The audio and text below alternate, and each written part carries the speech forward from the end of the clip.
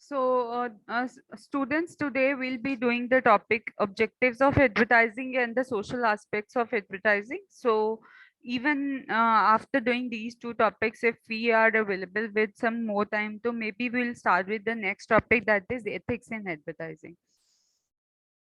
So after going through this particular unit, you will be able to understand what are the objectives of advertising, and you will also be able to understand what are the social aspects of advertising. So let's start with the main objective of advertising.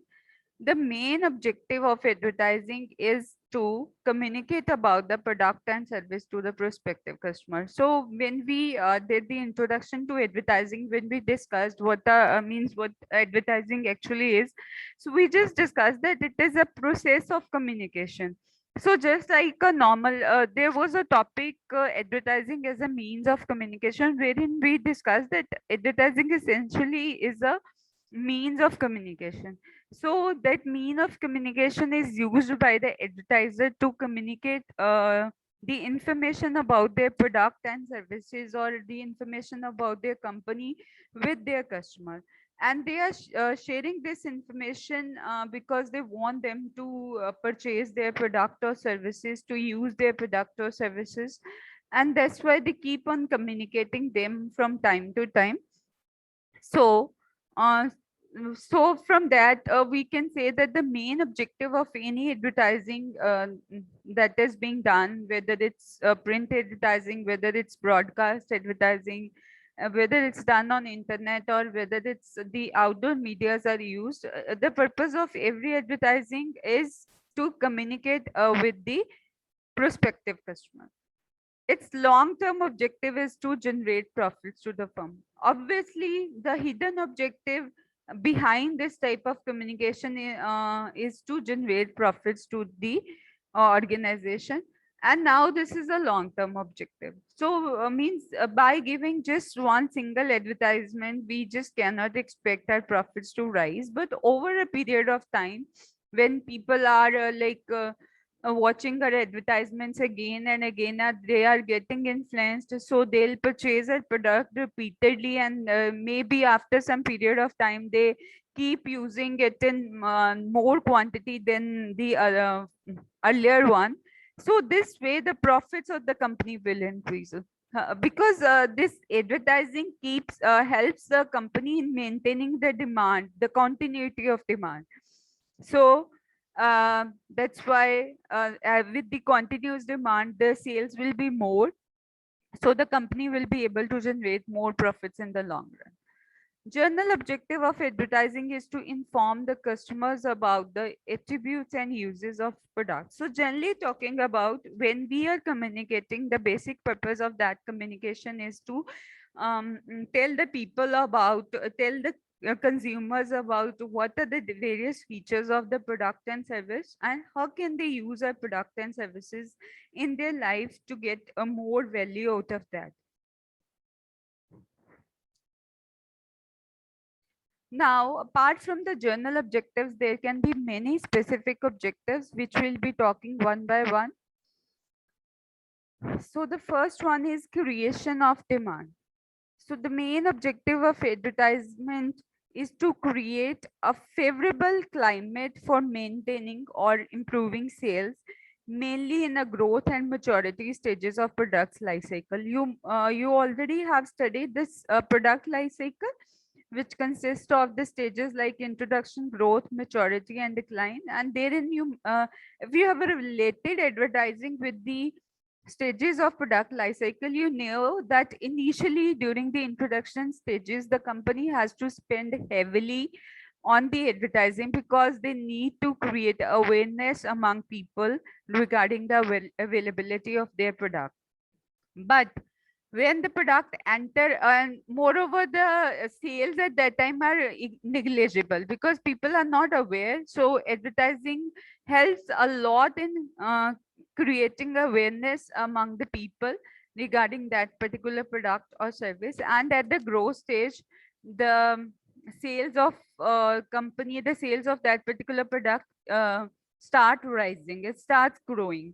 So even there, they need to spend, but the objective of advertising now will not be creating awareness, but it will be to inform the people of the various features of the product, the those features that are different from the competitors, and how if the consumers buy, we need to tell them also that if they buy this particular product, how this product will add value to their life. And at maturity stage, what the company faces is that the sales of the company will become stagnant, and after maturity comes decline. So now the advertising plays a significant role, particularly in the growth and maturity stage, because during growth stage, it helps in fastening up the process of growth, and at the maturity stage it helps to stretchen the maturity cycle, the period or the life of the maturity of a product. So means we can just stretch it out, so that we can mean stop it from entering into the decline stage, because after decline company just cannot do anything. They need to either stop producing that product, or they need to produce it in lesser quantities than earlier what they earlier were producing. Customers are to be usually reminded about the product and the brand. So in these stages, the advertising helps in reminding the people that this product is available.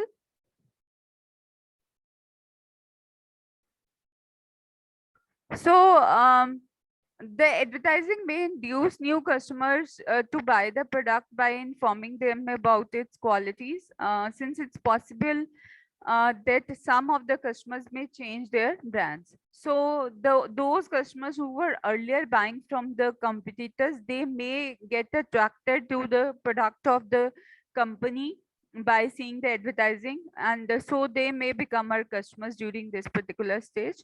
So advertising may bring new areas and customers to the company's fold, thereby increasing the company's share in the total market. So with this question, you might have become aware of the fact that advertising helps in creating demand in many ways. Next is to support salesmen. So advertising, we know, creates awareness about the product and convinces the prospective buyers by telling about the product's features and benefits.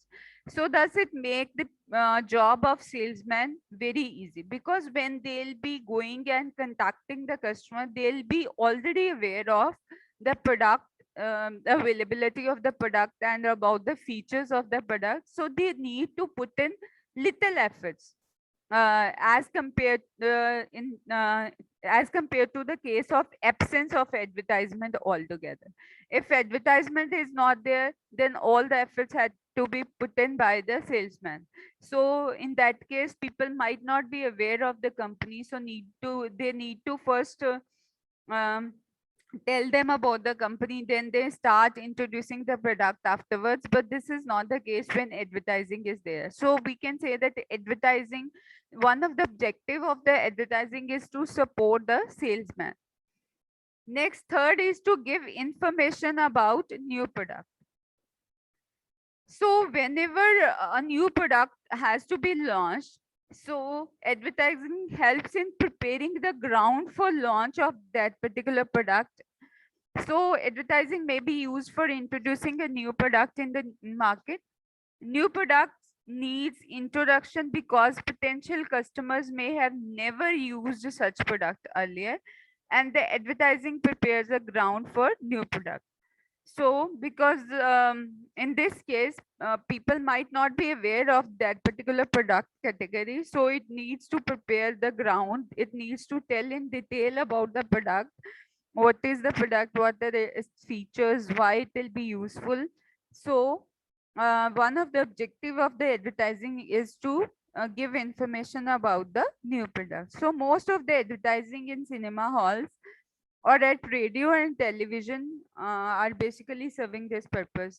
So you might have seen that now in this particular area, even if a film has to be launched, or even if some TV program has to be launched on television, a lot of efforts are being done to promote those programs even on the television. So a trend that is prevalent these days, that you might see that in one serial, the cast of the serial, you might see them promoting the newer serial that will come on the same channel. So all the serials, all the shows that will be there on the channel, there will, you'll see the people promoting the newer serial that will be added into the line. So the next one is facing the competition. Another important objective of advertising is to enable the company to face the competition. If we put it in other words, it means that advertising is undertaking not only to inform the people about the product, but is used also to maintain and increase the demand of the product by winning people away from rival markets in the market.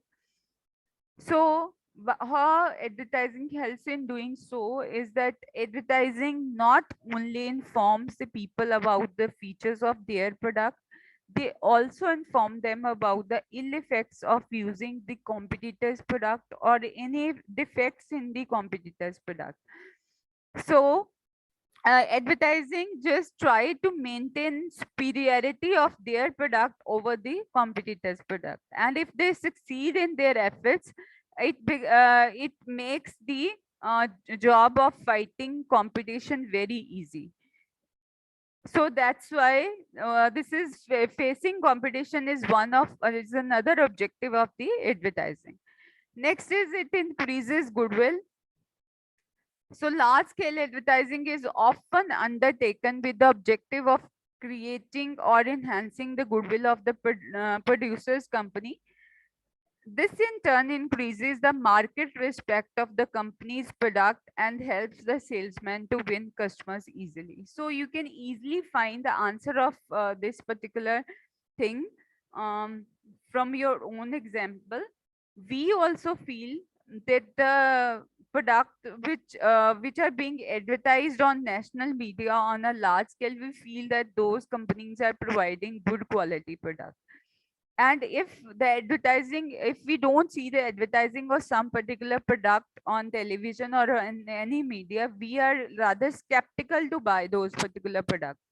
So we from this we can say that the another objective of advertising is to increase the goodwill in the eyes of the consumers, because they also feel that the product that are heavily advertised are quality products. Next is to reduce the marketing cost.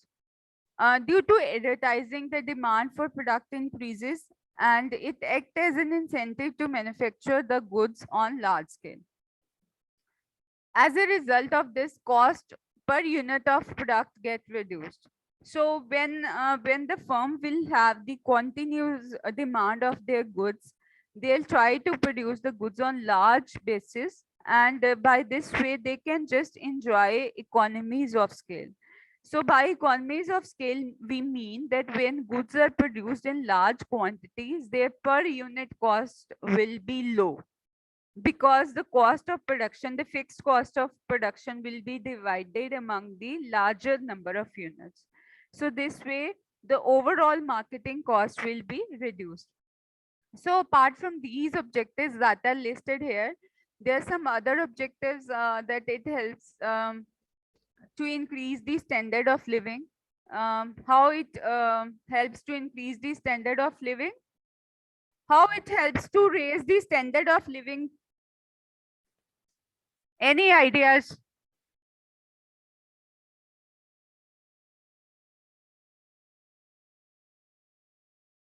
Can you repeat the question?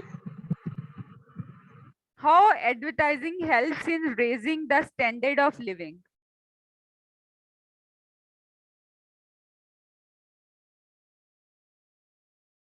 Of the customer. Yes, of course, Those the customers. as advertisement जो करते हैं वो बड़े बड़े film stars करते हैं advertisements. Okay, वो उसके स्टेटस को भी शो करता है कि गुड्स वो कैसे यूज कर रहा है, No, Maya, किस टाइप के। sorry. That's a wrong answer. So it helps in raising the standard of living because it encourages them to use, to purchase and use the new products that are available in the market. And by acquiring the new product, they just raise their standard of living. Let's say a person, before seeing the advertisements of car, they were riding bicycles. Okay, then came the era of two-wheelers. It encouraged them to buy the two-wheelers and now the cars. So this way, advertising has helped raising the standard of living of people. If advertising is not there, maybe people were not ready to buy the newer products. So advertising just prepares them to use the new products that are available there, and when they are encouraged to use them, they go and buy those products, and it helps in raising their standard of living. And another objective could be to save it from the risk. So advertising also helps the company to save it from the risk, because whenever they are going to introduce new product or introduce new services, they are sure of that they'll get demand for that particular product. So they are just sure that the advertising they are like doing, the advertising they are giving, it will help create demand for their products and services. So it just reduces the risk in their minds. So these are the objectives of advertising. Next is the social aspects of advertising. So social aspects is a process for influencing human advertising is a process for influencing human behavior on a large scale using market principles for the purpose of social benefit rather than for commercial preference. So advertising helps influence the human behavior, but this is for the social benefits and not only for generating the commercial profit. Advertising as a part of firm's marketing effort operates in the society. So it has therefore to follow the social norms. By social aspects of advertising, we mean that advertising, because it's a part and parcel of the society, we just cannot segregate advertising from the society. So that's why advertising need to follow the social norms. It shouldn't go against the norms of the society. So we can say that the discussion of social issues in advertising covers the mean of advertising as well as its effects. So the discussion of these social issues in advertising is focused on two things: the means of advertising and also the effects of advertising. So means of advertising includes the creative and media strategies that are being used by the company or by the advertiser. Advertising is criticized on the grounds of deception, manipulation, and bad taste. So the points raised includes question of manipulation of consumers against their will.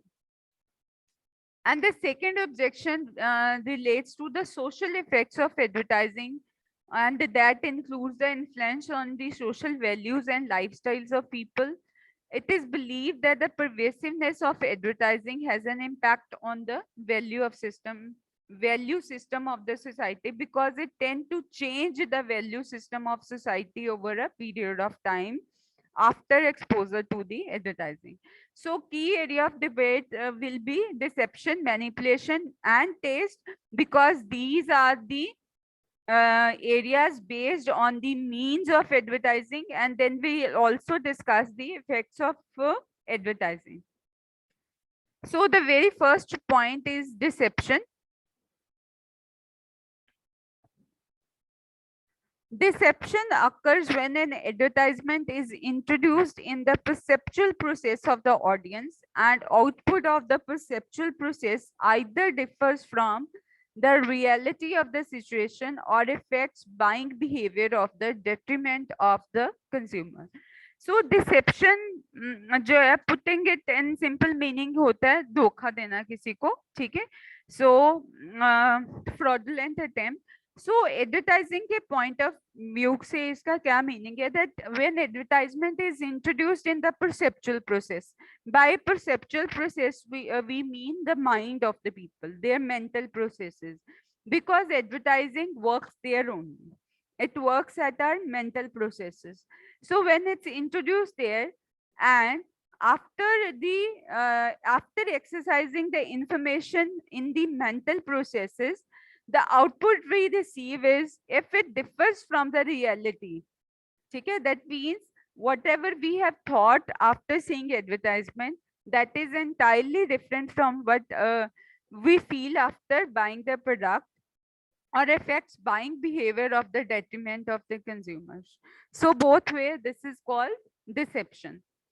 So thus deception refers not only to the information content in advertising, but may also arise from misplaced emphasis in presentation.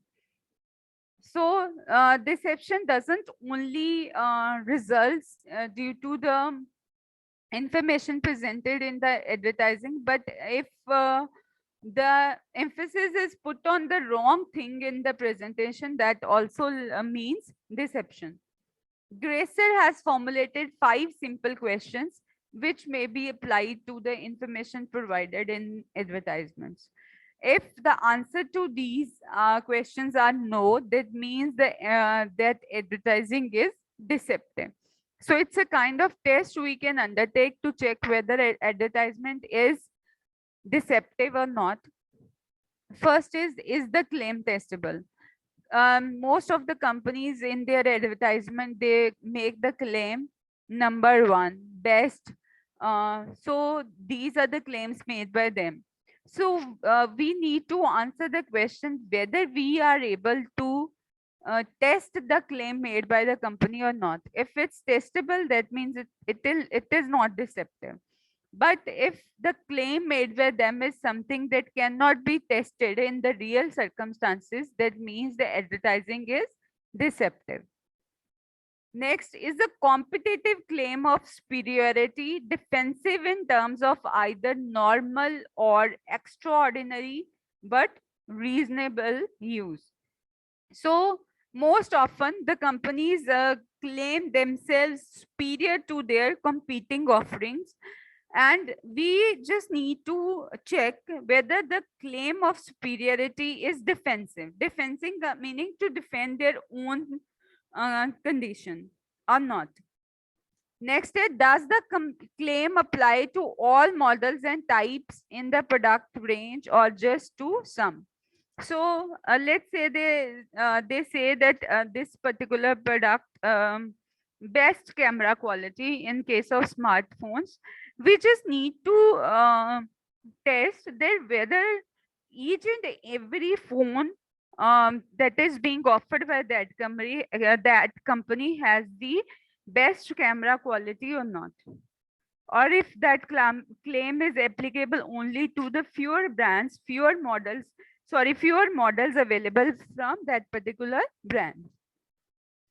Then can the message be misinterpreted by a reasonable person? So whatever message they are giving, if that message is of the nature that can be easily misinterpreted even by a reasonable person.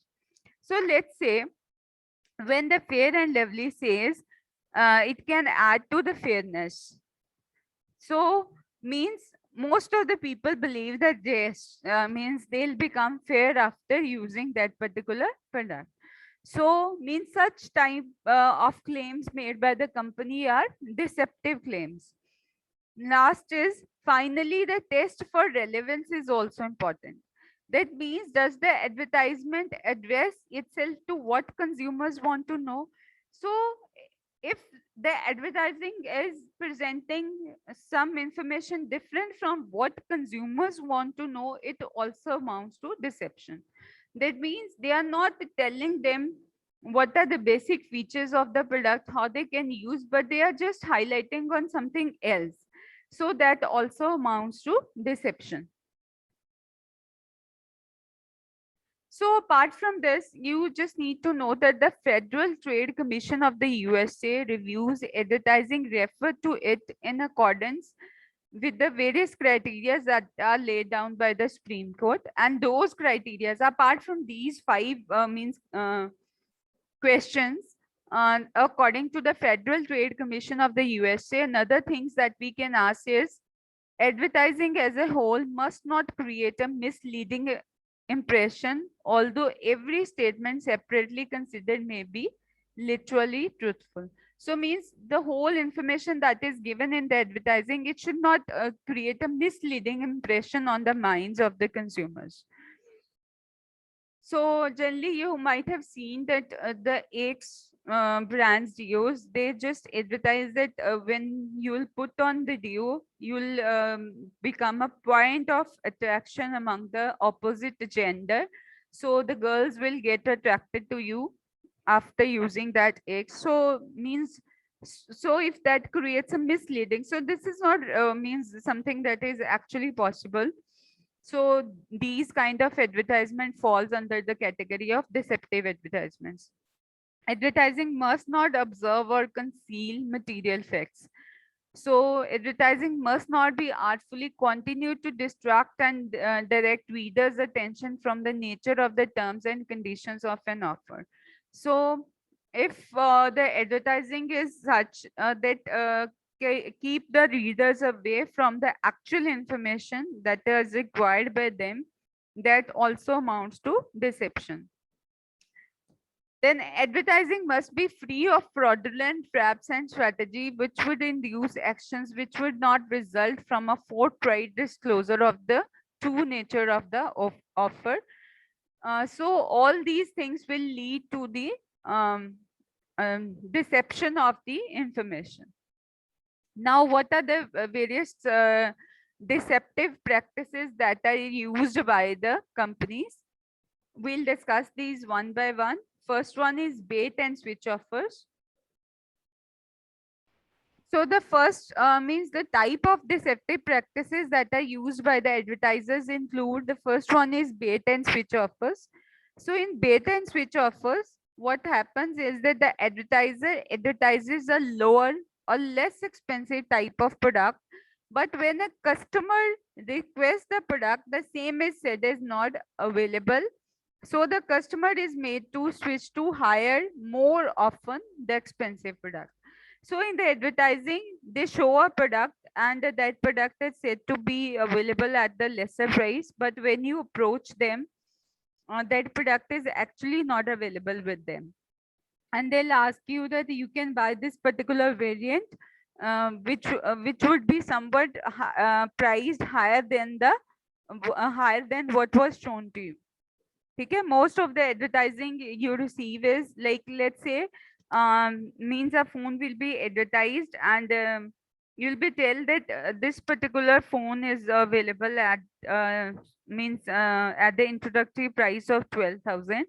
But when you approach them, they'll say that this particular model is not available, and they'll ask you to buy the model somewhat similar to that, but that will be priced at 14,000 rupees. So this is an example of bait and switch offers. Next is the false promises.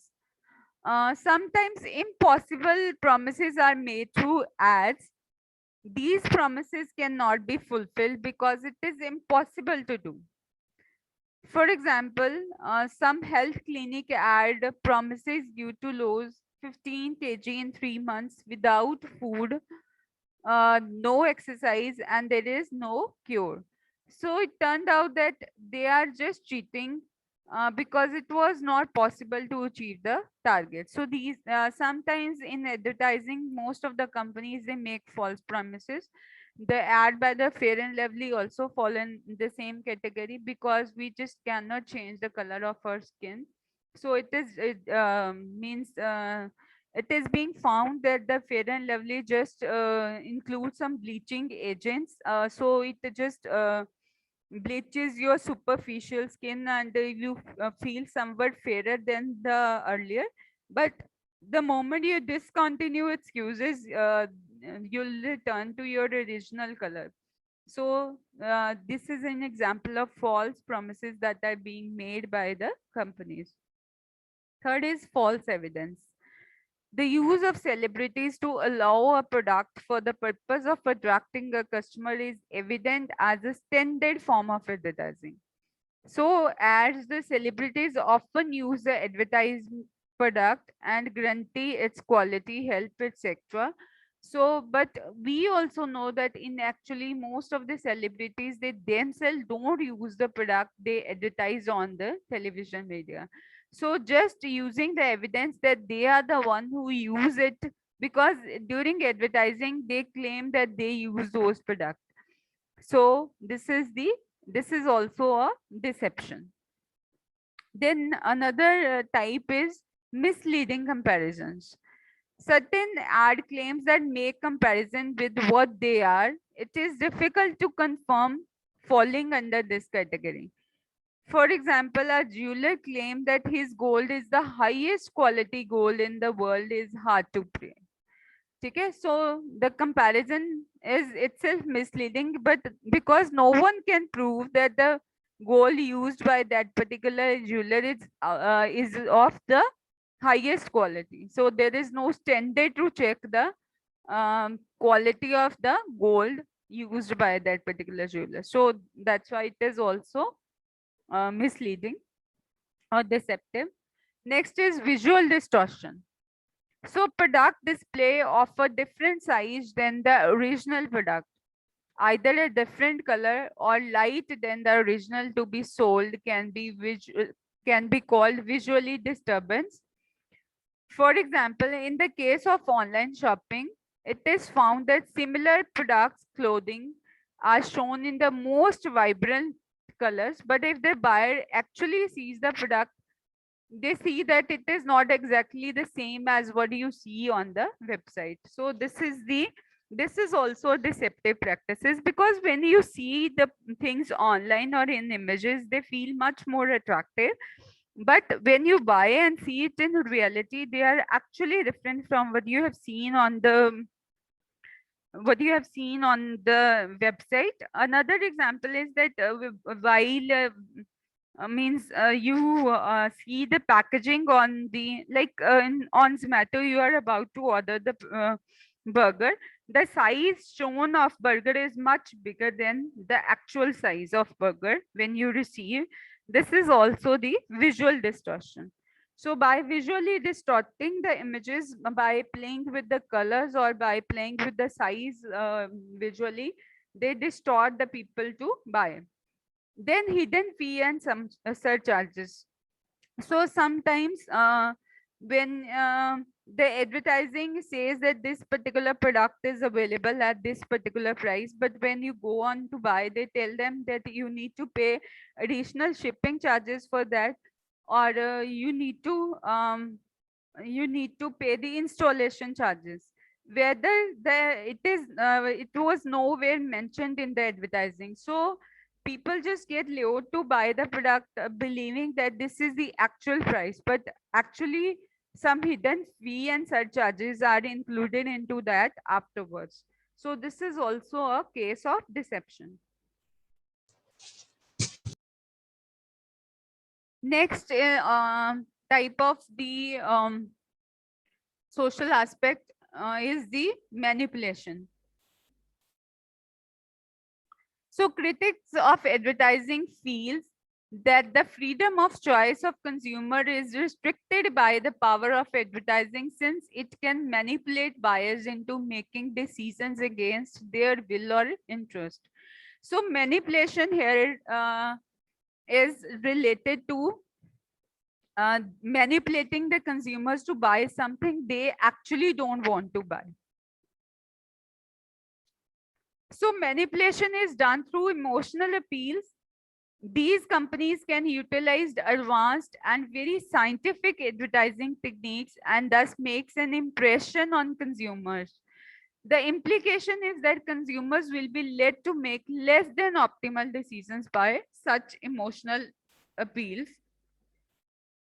There is also view that advertisers have the power to manipulate their audiences. Many large companies have a power to get a large number of exposures for their advertisements. So means they also manipulate their audiences by showing that they have this much number of buyers, or by they have this much viewers. So you might have seen these kind of tactics are applied wherein people buy false likes and shares to promote their product. So the companies that are large in size, they have more money, they can just increase the number of exposures, and they can just manipulate their buyers by showing such information. So some of the examples of manipulation includes one is product placing. You might have noticed that product in the supermarkets are placed some same in every store. So it is because the layout generate income for the store. So most of the times you feel that the things like eggs, pulses, or other regular stuff are always kept at the end of the store, because the companies want people to go through their whole variety of products and meantime persuade consumers to buy what they don't need. So actually, otherwise, actually, what should be there, that the things of journal use or the things of regular use should be kept at the front of the store. But most of the you find that you have to finish visiting the whole store to get these items. So that is a way of manipulating the consumers. Another is flash sale. Flash sale to increase the demand, limit the supply, or at least pretend there is limited supply, and a fraction of seconds, huge stock of smartphones get sold. So you might notice this tactic is applied by the online marketers. They just tell you, they just create an urgency to buy by introducing a flash sale. Okay. So in a moment of minutes, huge stock will be sold. So by putting a flash sale, they just tell you that this particular product is available in limited numbers, and so the people who were to buy that product but not immediately, there'll be an urgency among them to buy those products. And what actually happen is that the huge stock gets sold within minutes by such flash sales. Another manipulation is by anti-aging cream, shows that you will look younger, okay? But it will not happen. So aging is a natural or normal process. People tend to age with time. So no anti-aging cream can prevent you from getting old. So this is they also manipulate the people that they'll stay younger by using their creams, but actually it will never happen. Diet Coke, Diet Coke or Diet Namkeens or many other things are promoted in such a way that people just believe that these things contain lesser calories. So, but actually, when you'll compare the actual product with the, means if you'll compare the Coke with the Diet Coke, you will find that they are almost means similar number of calories you'll get out of those particular product. So Diet Coke doesn't mean that it has 0 calories. It do have some calories added into it. Another way of manipulating is that I mean, sometimes you are given the information that the particular food item contains this much number of minerals and vitamins, but they never tell you that the amount of vitamin and mineral you will get is not sufficient for your daily requirement. So it will contain the amount which is actually less than 1% of your daily requirement. So it will be of no use even after consuming that particular product, because you will not get the dose required of those minerals and vitamins from that particular by consuming that product. Another manipulation is that some brands, they write herbal, okay? And they need not, they just not mention the whole list of ingredients. ठीक है. So later on you come to know that actually the ingredients that are used are not herbal, but they also use the synthetic ingredients into that. So sometimes some products are shown as safe product for consumption, but they do include some harmful ingredients into that. So all these are the Himalayan water was introduced, and it claimed that water is from Himalaya. So this is also a manipulation. So zero interest in EMIs, because EMIs are not actually 0% because they charge the interest in the form of processing fee. So all these are ways of manipulating the consumers, and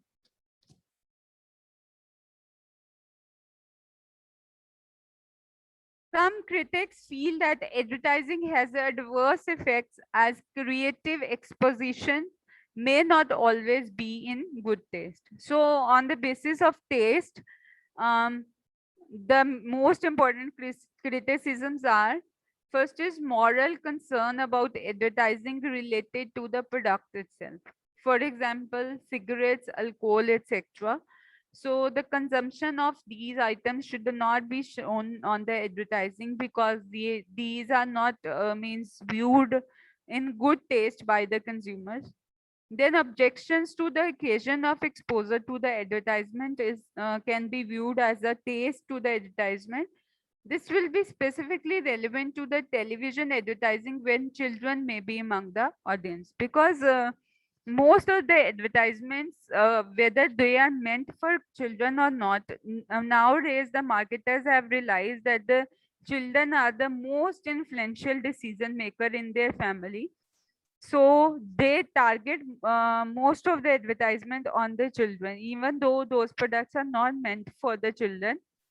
So they place their advertisement, they show their advertisement during those times when children watches their shows, watches cartoons, etc.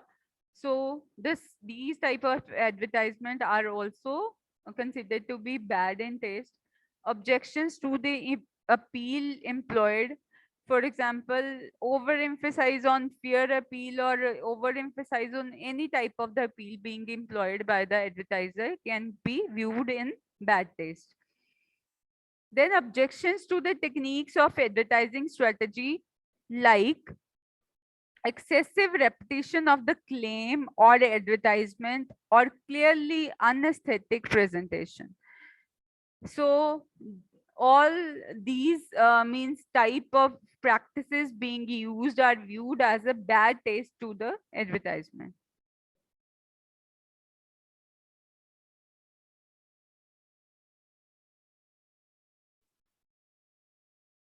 So all the aspects of advertising, social aspects we studied till now, deception, manipulation and taste are the aspects of advertising on the basis of the creative strategies used by the advertisers.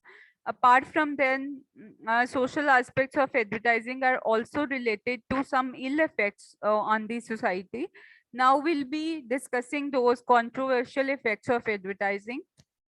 The persuasive role of advertising is presumed to have an impact on society's values and lifestyles. So advertising is viewed as a very persuasive activity that pushes the people to do some action, and they might not want to act in the way that advertising pushes them to do. In determining the ill effects of advertising, there still remains the issue of whether it creates such negative effects or whether it merely reflects the values and attitudes that are created by more significant social factors. So some advertisement appeals badly affect children and they undermine the status of women and aged persons in society. So the various social aspects of advertising are: first one is effects on culture.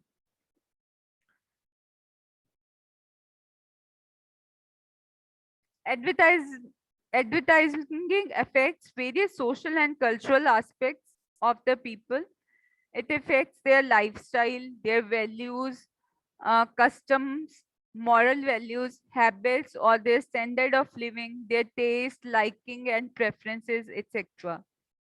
The positive effect on culture is cultural exchange within the country and with other countries also. It makes people broad-minded, um, and learn modern style of living.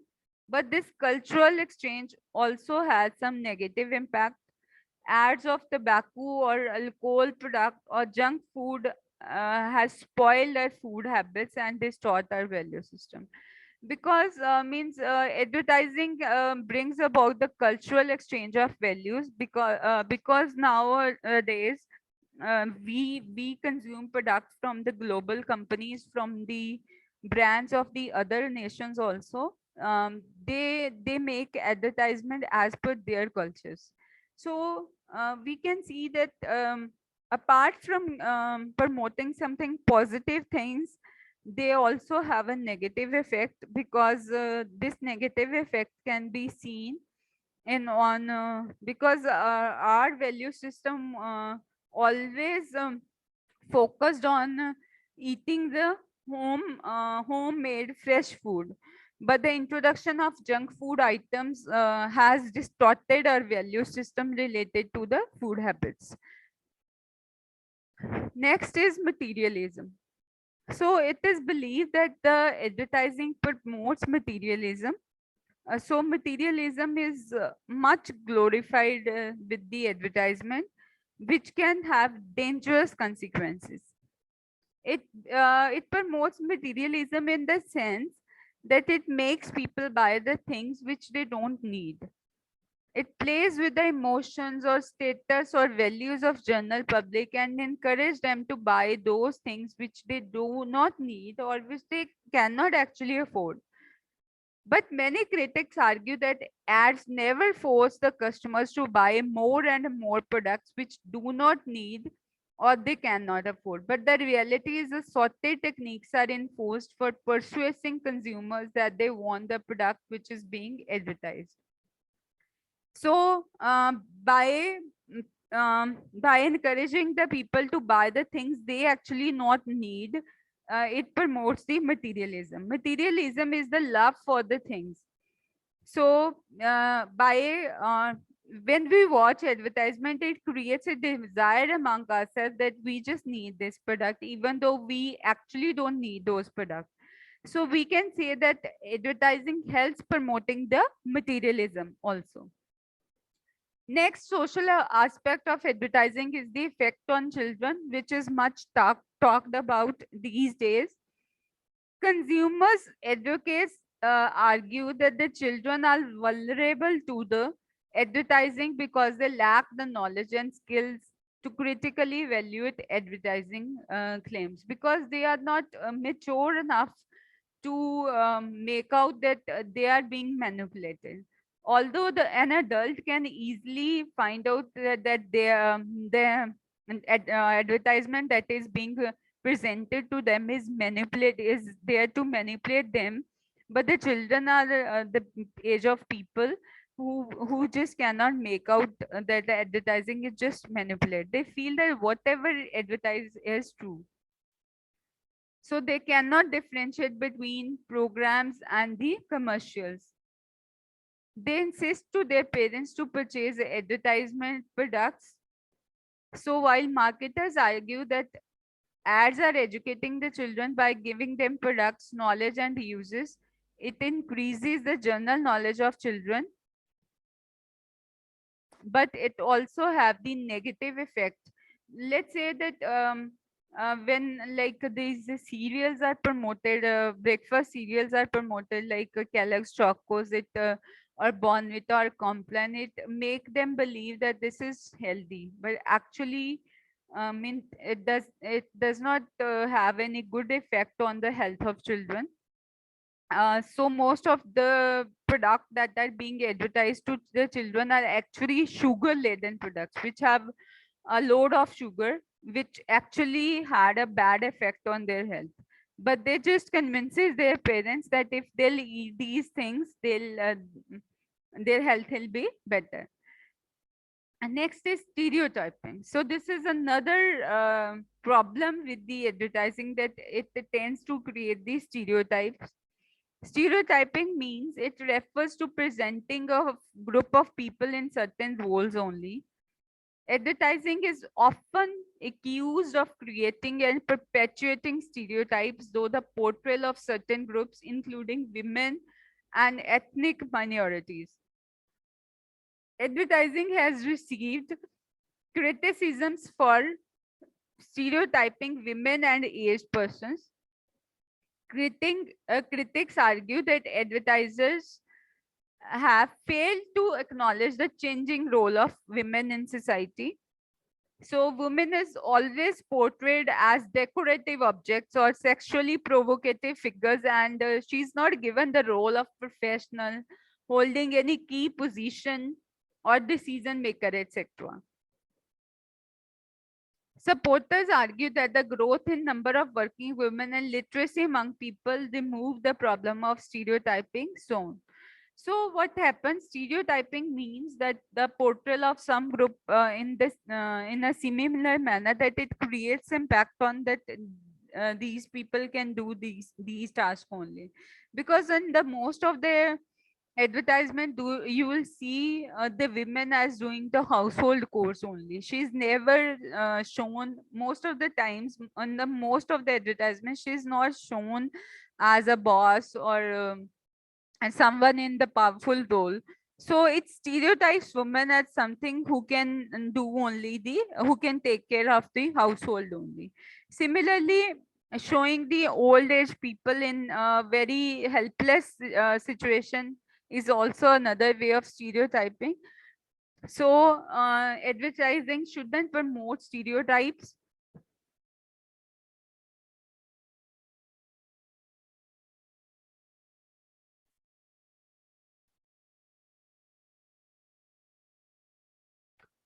Students, am I audible? Next is advertising and sensitivity to prices. So advertising जो है advertising just make people insensitive to prices, because advertising just encourages them to buy the product at any cost. So even if the product is highly priced or not, people just go and buy those products. So we say that due to the persuasive power of advertising, it just make them insensitive to the prices.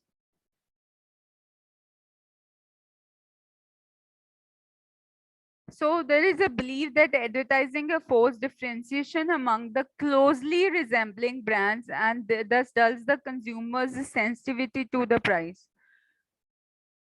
However, a study of Witting showed that the relative price elasticity increased with an increase in advertising, implying that advertising increases the sensitivity to the prices. So the supporters of advertising believes that the advertising increases the sensitivity to prices, whereas the critics of advertising believes that it kills the sensitivity to prices. So people they just means, even though the product means the similar products offered by the different brands, uh, we might uh, we might buy the high priced product, although it is very similar to the product being offered by some other brand.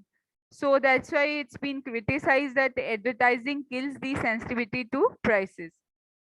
Last one is advertising creates insecurity.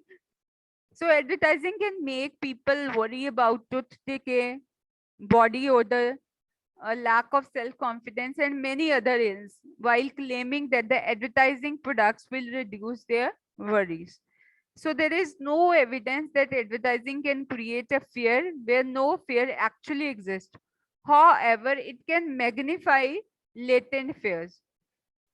An advertisement for naturally herb cream, for instance, has the following headline: the time to worry about wrinkle is when you are still young and pretty. So that means it'll add on to your fear that one day you will become old and you will become ugly. So you'll start worrying about that thing even when you will be young. So that's why it's been criticized that advertising can create insecurity among the consumers. So these are some of the ill effects of advertising on the society. So with this, we had discussed the topic for the day. Now, in case you have, the first poll is,